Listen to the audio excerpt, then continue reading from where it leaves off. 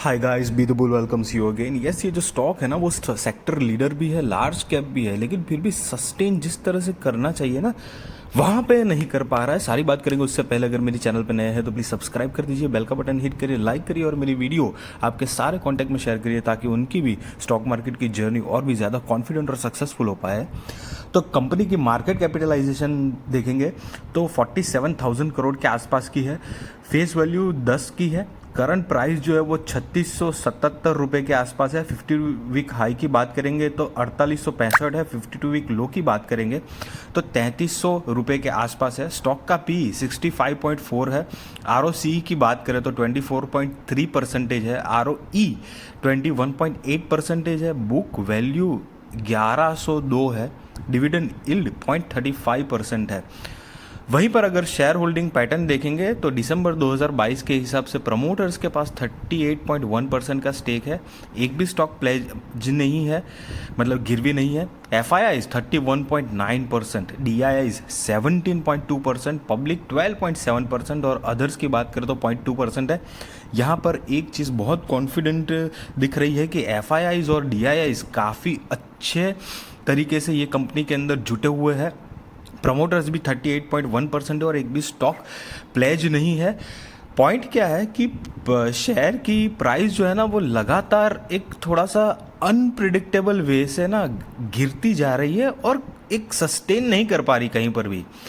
Long term borrowing देखेंगे तो 35 लाख है। शॉर्ट टर्म बोरिंग तो जीरो ही है अकॉर्डिंग टू 2022 के हिसाब से। 5 साल पहले भी कुछ खास नहीं थी। लॉन्ग टर्म बोरिंग 28 लाख थी और अब शॉर्ट टर्म बोरिंग जीरो थी। तो कंपनी के ऊपर लगभग नहीं के बराबर डेट है, मतलब डेट फ्री काइंड ऑफ ही है। उससे तो कहीं गुना ज़्यादा कैश है। तो एक तरह से कंपनी आप देख रहे हैं कि मतलब बिल्कुल नहीं के बराबर कर्जा है कंपनी के ऊपर। अगर कंपनी के सेल्स की भी बात करेंगे तो ट्रेलिंग 12 मंथ्स का 2214 करोड़ का सेल्स है, जो उनके कोर बिजनेस जो है ना ये कंपनी का, क्योंकि ये कंपनी की अदर इनकम्स भी बहुत सारी आती है, लेकिन कोर बिजनेस पे खास ध्यान रखना चाहिए। तो कोर बिजनेस अगर लेफ्ट टू राइट आप देखेंगे ना तो gradually year on year basis पे सेल्स तो बढ़ते ही है। हालांकि सेल्स को उतना सेल्स जनरेट करने के लिए जो एक्सपेंसेस है वो कंपनी को थोड़े ज़्यादा करने पड़ते हैं। मीन वाइल प्रॉफिट तो कर लेते हैं, ऑपरेटिंग प्रॉफिट मार्जिन हो जाता है, बट द थिंग इज कि जितना चाहिए उतना नहीं, और उसका इम्पैक्ट जो है वो नेट प्रॉफिट पे छलकता है। अभी ट्रेलिंग 12 मंथ्स का 1152 करोड़ का नेट प्रॉफिट है। और लेफ्ट टू राइट आप देखेंगे तो वैसे आपको ग्रोथ दिखेगी, लेकिन बीच बीच में ना सीधा ईयर ऑन ईयर बेसिस पे कंपनी के नेट प्रॉफिट भी जैसे माइनस में, मतलब कंपनी लॉस दिखाती है। अब बीच में ये जो आखिरी 2 साल जो है उसमें आप देख रहे हैं कि 12,882 करोड़ का नेट प्रॉफिट है। उसके एक साल पहले 1418 करोड़ का नेट प्रॉफिट कंपनी ने जनरेट किया है। तो एक्चुअली में वो जो 12,000 वाला है वो कंपनी का अदर इनकम का जो सोर्स है, उससे कंपनी को काफ़ी अच्छा फ़ायदा हुआ था। बहुत सारे स्टार्टअप में ये कंपनी इन्वेस्ट करती है, तो वो स्टार्टअप अगर कमाता है तो ऑब्वियसली स्टेक है कंपनी का, तो उस हिसाब से IPOs अगर आते हैं तो उनको भी प्रॉफिट मिल जाता है, तो वो अदर इनकम में जुड़ी गई है। हालांकि कंपनी के रिजर्व्स एंड सरप्लस भी देखेंगे तो 2022 के हिसाब से 13,800 करोड़ के आसपास का कंपनी के पास टोटल रिजर्व्स एंड सरप्लस है, जो कि 5 साल पहले 1,985 करोड़ का था। और अगर कंपनी की टोटल असेट भी देखने जाएंगे तो 5 साल के मुकाबले में कंपनी की असेट भी बढ़ी हुई ही है। ऐसा नहीं है कि कंपनी की असेट कुछ खराब हो गई है। 5 साल पहले अगर देखेंगे तो 2627 करोड़ की कंपनी के पास टोटल असेट था, जो अभी रिसेंट के हिसाब से 16,169 करोड़ के आसपास कंपनी के पास टोटल असेट है। तो वैसे asset, reserves and surplus, sales, net profit, ये सब जो है वो थोड़ा डिसेंट ग्रोइंग वे में है। मैं क्यों बोल रहा हूँ, क्योंकि कंपैरेटिवली जो और FIIs और DIIs भी कंपनी के अंदर काफ़ी शानदार हिसाब से है। तो कंपैरेटिवली अगर मार्केट का करेक्शन का दौर पिछले 1-1.5 साल से जो चल रहा है उसके कंपेयर में भी अगर हम देखेंगे तो कंपनी के स्टॉक के अंदर काफ़ी ज़बरदस्त फॉलोइंग हो रही है। इन्फो एज इंडिया उसकी बात कर रहे हैं। Naukri.com, yes 99 acres Naukri.com, Zomato में इसका स्टेक है, पॉलिसी बाज़ार में इनका स्टेक है।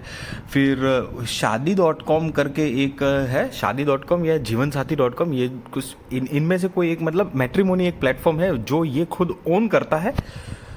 तो बहुत सारे ऐसे ई कॉमर्स बिजनेस में है, सेक्टर लीडर कंपनी है जो बढ़िया परफॉर्म वैसे करती है, लेकिन आप देख रहे हैं कि 14 अक्टूबर 2021 से 17 अप्रैल 2023 तक में स्टॉक की प्राइस 47% से भी ज़्यादा गिर चुकी है। अगर आप थोड़ा सा और डिटेल में देखेंगे ना तो ये 50% से भी ज़्यादा स्टॉक की प्राइस करेक्ट हो चुकी है, मतलब अपने ऑल टाइम हाई से 50% से भी ज़्यादा अपने ऑल टाइम हाई से स्टॉक की प्राइस नीचे की तरफ मतलब गिर चुका है। ये करीब 7,500 रुपये के आसपास का ऑल टाइम का हाई लगाया था। उसके बाद आप देख रहे हैं चार्ट पैटर्न में जो मैंने छोटा सा एक ब्रैकेट जैसा किया हुआ है, लगातार बस गिरते ही जा रहा है।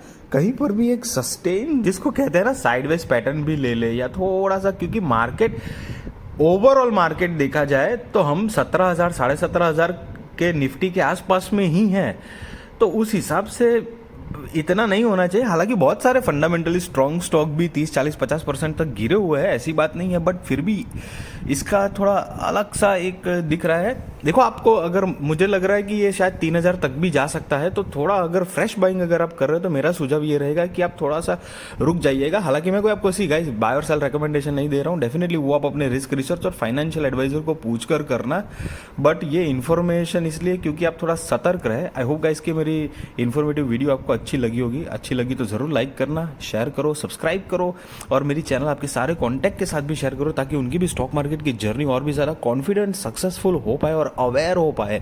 Thank you so much guys.